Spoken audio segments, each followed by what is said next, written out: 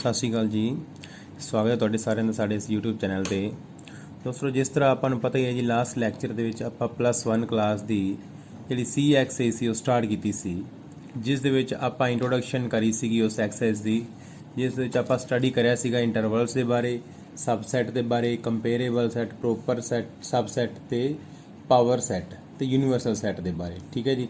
ਅੱਜ ਆਪਾਂ ਕੁਝ ਇਸ ਦੀਆਂ ਐਗਜ਼ਾਮਪਲਸ ਜਾਂ ਸੋਲਵਡ ਕੁਐਸਚਨਸ ਡਿਸਕਸ ਕਰਾਂਗੇ।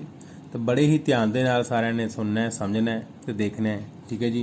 तो आओ स्टार्ट करते हैं, ज़्यादा टाइम वेस्ट ना करते हुए। तो एक छोटी जी रिक्वेस्ट, जोड़े मेरे दोस्त पहली बार इस चैनल पर विजिट कर रहे हैं वो प्लीज़ इस चैनल को सबसक्राइब कर दें तो बैल आइकन पर प्रेस कर दें, ताकि नैक्सट अपकमिंग वीडियोज़ की नोटिफिकेशन तुहानूं टाइम टू टाइम मिलते रहें। ठीक है जी। तो आओ स्टार्ट करिए जी। सब तो फर्स्ट क्वेश्चन है जी अपने को, कहते कंसिडर द फॉलोइंग सैट। आपने कुछ सैट गिवन है जी। फर्स्ट है जी 5, नैक्सट है जी ए सैट अपन गिवन है जी 1 3, उस तो बाद बी सैट अपन गिवन है जी 1 5 9, नैक्सट अपन सी सैट गिवन है जी 1 3 5 7 9। ठीक है जी। कहते इंसर्ट द करैक्ट सिंबल सबसैट और नॉट सबसैट। आप केड़ा सिंबल, एक तो सबसैट का तो एक और नॉट सबसैट, सबसैट के उपर इस तरह लाइन लगा देनी। ये दो सिंबल आप इंसर्ट करने ने बिटवीन ईच पेयर। देखो जी, फर्स्ट जो पार्ट है जी अपने को की है जी, कहते 5 इज डैश बी। जो 5 हुंदा है वो बी का की है जी, सबसैट है कि नहीं। हुण मैं तुहानूं ऑलरेडी दस्सिया सी, जो 5 हुंदा है वो हरेक सैट का जो हुंदा है जी सबसैट हुंदा है। क्लीयर है जी। इत्थे की आ जाएगा जी, सबसैट का निशान आ जाएगा। ठीक है जी। जो सैकेंड है जी अपने को ओके जी ए डैश बी। ठीक। हुण देखो जी ए दे विच किहड़े-किहड़े एलीमेंट ने जी 1 3। ठीक है जी। बी है, बी दे विच की ने जी 1 5 9। देखो इधर 1 हैगा, इधर ही 1 हैगा। ठीक है। इत्थे 3 है, इधर 3 नहीं हैगा, यानी कि जिहड़े एलीमेंट 3 ए दे विच हैगे ने वो बी दे विच सारे नहीं हैगे। इहदा मतलब जो ए है बी का सबसैट नहीं हैगा, आप नॉट सबसैट ऑफ बी लिख दें। ठीक है जी। नैक्सट है जी थर्ड क्वेश्चन, ओके जी ए इज डैश सी। हुण देखो ए दे विच किहड़े-किहड़े एलीमेंट ने जी अपने कोल 1 3, ते सी दे विच देखो 1 ते 3 दोनों ही हैगे ने। ए दे विच भी 1 3 ने, सी दे विच भी 1 3, यानी कि जिहड़े एलीमेंट ए दे विच हैगे ने वो सी दे विच भी हैगे ने। ठीक है जी। मतलब की है जी फिर ए इज सबसैट ऑफ सी। ए की है जी सी दा सबसैट हैगा। क्लीयर है जी। नैक्सट है जी फोर्थ, उहदे विच की अपने कोल जी बी डैश सी। ठीक है जी। हुण देखो बी दे विच किहड़े-किहड़े एलीमेंट ने जी 1 5 9। ठीक है जी। 1 5 ते 9, तो सी दे विच किहड़े ने जी 1 3 5 7 9, यानी कि देखो इत्थे 1 हैगा, इधर ही 1 हैगा, तो 5 है जी, इधर भी 5 हैगा। इत्थे की जी नैक्सट 9, तो इधर भी 9 हैगा, यानी कि तीनों एलीमेंट जिहड़े बी दे हैगे ने वो सी दे विच प्रेजेंट ने। मतलब फिर इत्थे भी की आ जाएगा जी, सबसैट का निशान आ जाएगा। ठीक है जी। यानी कि B is subset of C. Clear है जी। बहुत ही सिंपल क्वेश्चन सीगे। ठीक है जी। हाँ जी, आई होप तुहानूं समझ लग गई होएगी। नैक्सट क्वेश्चन है जी, कहते list all the subset of the set. अपना एक सैट गिवन है जी, कहना जी -1 0 ते 1। इनके आप सारे सबसैट की जी लिस्ट बनानी है। ठीक है जी। हुण देखो सबसैट मैं तुहानूं दस्सिया सीगा, एक तो 5 हो जाएगा जी। ठीक है जी। उस बाद जेडे जेडे एलीमेंट आएंगे 1 बाय 1 आप लिखी आवांगे। पहला लिखांगे जी -1 लिख देंगे, फिर उस तो बाद 0 लिख देंगे, फिर उस तो बाद 1 लिख देंगे। तिन्ने फिर पेयर बना के लिखना शुरू कर दो, -1 0, फिर 0 1। ठीक है जी। फिर -1 +1, फिर उस तो बाद एक यही सैट लिख दो लास्ट से 1 2 3 4 5 6 7 8। 8 सैट जेडे ने सबसैट कंप्लीट हो गया अपने को। ठीक है जी। ये आप पता किवें कर सकते हैं जी, अपने को टोटल कितनी लिस्ट किन्ने सैट बनाएंगे सारे। ठीक है जी। आ देखो किन्ने एलीमेंट ने जी 1 2 3 ने, तो एक ही फॉर्म है 2 ਦੀ ਪਾਵਰ n, यानी कि 2 ਦੀ ਪਾਵਰ 3। n ਕੀ ਹੈ number of elements, 2 the power 3 ਕਿੰਨਾ ਹੁੰਦਾ ਜੀ 8, ਇੰਨੇ ਐਲੀਮੈਂਟ ਬਣਨਗੇ। ਜੇਕਰ ਇੱਥੇ 4 ਐਲੀਮੈਂਟ ਹੁੰਦੇ ਸੈੱਟ ਦੇ ਵਿੱਚ, ਇਸ ਨਾਲ 2 ਵੀ ਹੁੰਦਾ, ਫਿਰ 2 ਦੀ ਪਾਵਰ 4 यानी कि 16, ਫਿਰ 16 ਸੈੱਟ बनने टोटल 16 ਸੈੱਟ ਹੈ सब ਸੈੱਟ। ਕਲੀਅਰ ਹੈ ਜੀ। ਇਸ ਤਰ੍ਹਾਂ ਆਪਾਂ ਦੇਖ ਸਕਦੇ ਆ ਆਪਣੇ ਕੋਲ ਟੋਟਲ ਕਿੰਨੇ ਸਬ ਸੈੱਟ ਬਣਨਗੇ, ਤੇ ਉਸ ਅਕੋਰਡਿੰਗ ਆਪਾਂ ਸੋਲਵ ਨੂੰ ਕਰ ਕੁਐਸਚਨ ਨੂੰ ਕਰ ਦੇਣਾ ਸੋਲਵ। ਠੀਕ ਹੈ ਜੀ। ਹਾਂਜੀ, ਨੈਕਸਟ ਹੈ ਜੀ ਆਪਣੇ ਕੋਲ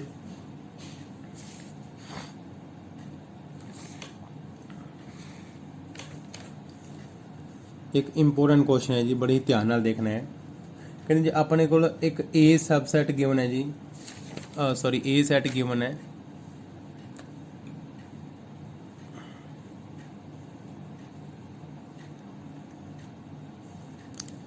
ਤੇ ਇੱਕ B ਸੈਟ ਗਿਵਨ ਹੈ, ਤੇ ਇੱਕ C ਸੈਟ ਗਿਵਨ ਹੈ ਜੀ। A ਆਪਣੇ ਕੋਲ ਕੀ ਗਿਵਨ ਹੈ ਜੀ PQRS, PQRS, ठीक है जी। B सेट की गिवन है जी PQR, PQR, ते C सेट की गिवन है जी QS। ठीक है जी। हाँ जी, तो कहते find all sets X such that, ਆਪਾਂ X ਸੈੱਟ ਲਿਖਣਾ ਹੈ। ਫਸਟ ਪਾਰਟ ਹੈ ਉਹਦੇ ਵਿੱਚ ਕੀ ਹੈ ਜੀ, ਕਹਿੰਦੇ ਜਿਹੜਾ X ਸੈੱਟ ਹੋਵੇਗਾ ਉਹ ਸਬਸੈਟ ਹੋਵੇਗਾ ਜੀ B ਦਾ, ਐਂਡ ਜਿਹੜਾ X ਹੈਗਾ ਉਹ ਸਬਸੈਟ ਹੀ ਹੋਏਗਾ C ਸੈੱਟ ਦਾ। B ਦਾ ਵੀ ਸਬਸੈਟ ਹੋਏਗਾ ਤੇ C ਦਾ ਵੀ ਸਬਸੈਟ ਹੋਏਗਾ। ਠੀਕ ਹੈ ਜੀ। ਆਪਾਂ ਪਹਿਲਾਂ ਇੱਕ ਕੰਮ ਕਰਦੇ ਹਾਂ, ਇਹਨਾਂ ਤਿੰਨਾਂ ਸੈੱਟ ਦੇ ਜਿਹੜੇ ਹੈਗੇ ਨਾ, ਆਪਾਂ ਪਾਵਰ ਸੈੱਟ ਲਿਖਦੇ ਹਾਂ। ਪਾਵਰ ਸੈੱਟ यानी कि सारे टोटल सबसेट। पावर सैट की होंगे सारे collection of all subset of a given set. ठीक है जी। वो तो अपना पता लग जाएगा भी ਜਿਹੜੇ ਵੀ X ਦੇ ਵਿੱਚ ਉਹ ਐਲੀਮੈਂਟ ਆਣਗੇ ਉਹ ਸਾਰੇ B ਤੇ C ਦੇ ਵਿੱਚ ਹੋਣੇ ਚਾਹੀਦੇ ਆ। ਉਹਲੇ ਉਹਲੇ ਐਲੀਮੈਂਟ ਆਪਾਂ ਲਿਖ ਲਾਂਗੇ। ਪਹਿਲਾਂ ਆਪਾਂ ਪਾਵਰ ਸੈੱਟ ਆਫ A ਦਾ ਲਿਖਦੇ ਆ। ਦੇਖੋ ਇੱਕ ਤਾਂ ਕੀ ਆ ਜਾਏਗਾ ਜੀ 5। ਠੀਕ ਹੈ ਜੀ। ਉਸ ਤੋਂ ਬਾਅਦ ਕਿਹੜਾ element next P, next Q, next R, next S। उस बाद आ जाएगा जी PQ, फिर PR, next PS, next QR, next आ जाएगा जी QS, नेक्स्ट आ जाएगा जी RS। उस तो बाद आ जाएगा जी तीन तीन आ जाओ PQR। उस तो बाद आ जाएगा जी PQS। नेक्स्ट आ जाएगा जी फिर PRS। उस तो बाद आ जाएगा जी QRS। उस तो बाद सारी लिख दो जी एक PQRS। देखो काउंट करो 1 2 3 4 5 6 7 8 9 10 11 12 13 14 15 16। ठीक है जी। ये अपने को की आ जाएगा जी सारा पावर सेट आ जाएगा। ठीक है जी। देखो आप लिखा पहला 5 लिखा, फिर सिंगल सिंगल एलीमेंट लिखे PQRS 4 ही हो गए। उस बाद पेयर P नाल Q, P नाल R, फिर PS। उस बाद फिर QR QS, फिर RS। ये पेयर भी हो गए। फिर उस बाद तीन तीन एलीमेंट लिखो PQR, पहले फिर PQ फिक्स कर लो, नाल S लिख दो। ठीक है जी। उस बाद फिर PRS लिख दो। ठीक है जी। तो फिर उस तो बाद नेक्स्ट QRS, ये हो जाएंगे जी। उस तो बाद फिर सारा कंप्लीट ही सैट लिख दो। क्लीयर है जी। इस तो बाद जो अपने को आप लिखांगे जी power set of B।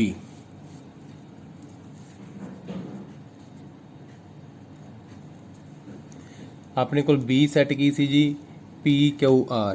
B set अपने को हैगा सी जी PQR। ठीक है जी। इन्हें फिर पावर सैट की आएगा जी, एक तो 5 आ जाएगा जी, एक P, next Q, R, PQ, PR,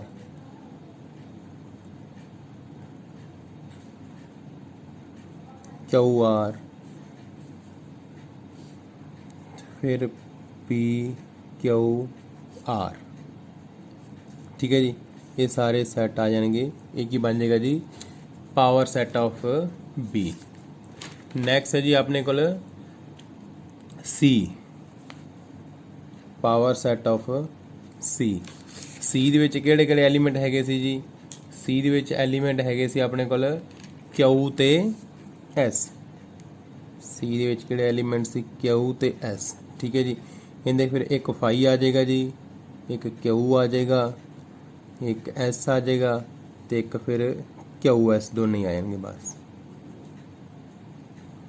ਆ ਚਾਰ ਐਲੀਮੈਂਟ ਆएंगे ਆਪਣੇ ਕੋਲ। ਠੀਕ ਹੈ ਜੀ, ਹੁਣ ਆਪਣਾ ਕੋਲ ਫਸਟ ਜਿਹੜਾ ਕੁਐਸਚਨ ਸੀਗਾ, ਜਿਹੜਾ X ਹੈਗਾ X ਸੈਟ, ਉਹ B ਐਂਡ C ਦੋਨਾਂ ਦਾ ਹੀ ਸਬਸੈਟ ਹੋਣਾ ਚਾਹੀਦਾ ਹੈ।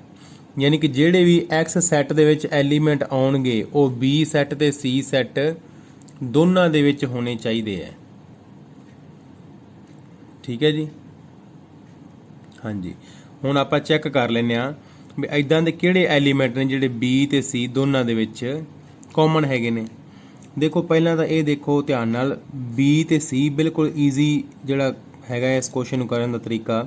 ਦੇਖੋ B ਸੈਟ ਤੇ C ਸੈਟ ਦੇ ਵਿੱਚ ਦੇਖੋ ਐਲੀਮੈਂਟ ਕਿਹੜੇ ਕਿਹੜੇ ਨੇ। ਇੱਥੇ ਕਿਹੜਾ ਸੀ P, Q ਤੇ R, ਇਧਰ ਕਿਹੜਾ ਸੀ ਜੀ Q ਤੇ S। ਕਿਹੜਾ ਐਲੀਮੈਂਟ ਕਾਮਨ ਹੈ ਜੀ? Q। ਸਿਰਫ Q ਐਲੀਮੈਂਟ ਕਾਮਨ ਹੈ, ਸਿਰਫ Q ਵਾਲਾ ਐਲੀਮੈਂਟ ਹੀ ਆਪਣੇ ਕੋਲ ਆਨਸਰ ਦੇ ਵਿੱਚ ਆ ਜਾਏਗਾ। ਠੀਕ ਹੈ ਨਾ, ਮਤਲਬ ਫਿਰ X ਸੈਟ ਜਿਹੜਾ ਹੈਗਾ ਹੈ ਉਹ ਕਿਹੜਾ ਬਣੇਗਾ ਜੀ? ਇੱਕ ਤਾਂ ਆ ਜਾਏਗਾ ਜੀ ਫਾਈ, ਦੂਸਰਾ ਆ ਜਾਏਗਾ ਜੀ Q।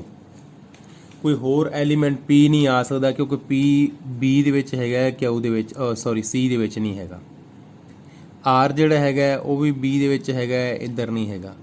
S ਹੈਗਾ ਉਹ C ਦੇ ਵਿੱਚ ਹੈਗਾ, ਉਹ B ਦੇ ਵਿੱਚ ਨਹੀਂ ਹੈਗਾ। ਆ ਫਿਰ PR ਨਹੀਂ ਆਪਾਂ ਲਿਖ ਸਕਦੇ ਕਿਉਂਕਿ PR ਇੱਧਰ ਨਹੀਂ ਹੈਗਾ ਇਸ ਤਰ੍ਹਾਂ। ਠੀਕ ਹੈ ਜੀ, ਸਿਰਫ ਉਹੀ ਐਲੀਮੈਂਟ ਆਣਗੇ ਜਿਹੜੇ ਕਾਮਨ ਹੈਗੇ ਨੇ। ਕਲੀਅਰ ਹੈ ਜੀ, ਇਸ ਤਰ੍ਹਾਂ ਆਪਾਂ ਜਿਹੜੇ ਹੈਗੇ ਕੁਐਸਚਨ ਨੂੰ ਸੋਲਵ ਕਰ ਲੈਣਾ ਹੈਗਾ। ਕਲੀਅਰ ਹੈ ਜੀ, ਹਾਂਜੀ। ਨੈਕਸਟ ਹੈ ਜੀ, ਬੜੇ ਹੀ ਧਿਆਨ ਦੇ ਨਾਲ ਦੇਖਣਾ ਹੈ। ਨੈਕਸਟ ਕੁਐਸਚਨ ਆਪਾਂ ਲਿਖਣਾ, ਕਹਿੰਦੇ ਪ੍ਰੂਵ ਦੈਟ